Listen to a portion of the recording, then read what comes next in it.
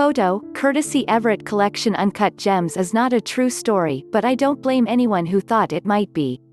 That's because Uncut Gems feels like a true story, blending the lines between reality and fiction, thanks to the Safdie Brothers, who meticulously researched and recreated the real world surrounding Howard Ratner's fictional bet.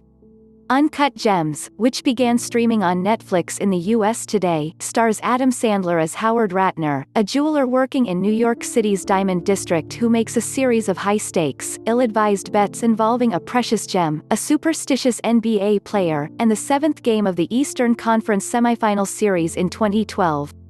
And, by the way, that game took place almost exactly 8 years ago today, which is perhaps why the Safdies chose this date for Uncut Gems to make its Netflix debut.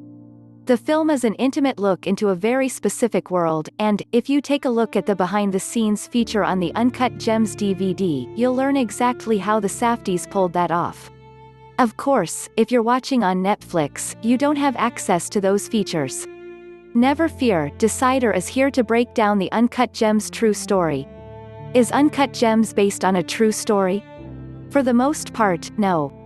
Howard Ratner, though loosely based on stories from directors Josh and Benny Safdie's own father, who worked as a runner in the Diamond District, is fictional. The rare black opal from the Welo mine in Africa is fictional.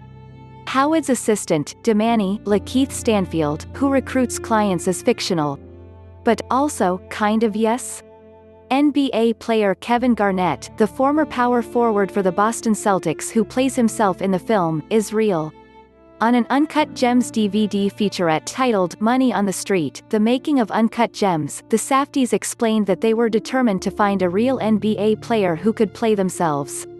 Initially, that player was supposed to be Joel Embiid, and the story was going to take place in the present day.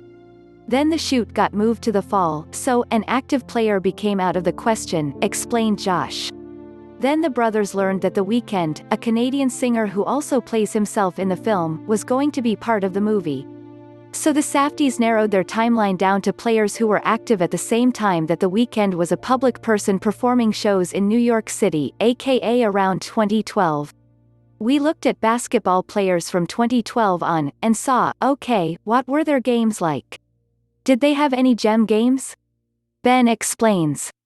After sifting through players who had expressed an interest in acting, the brothers landed on Kevin Garnett. And though the real Garnett never became obsessed with a rare gem, the real Garnett is very superstitious in real life. He brought in this story from his past, certain connections that he had, superstitions that he would have during the league, Josh explained. He added that all into it.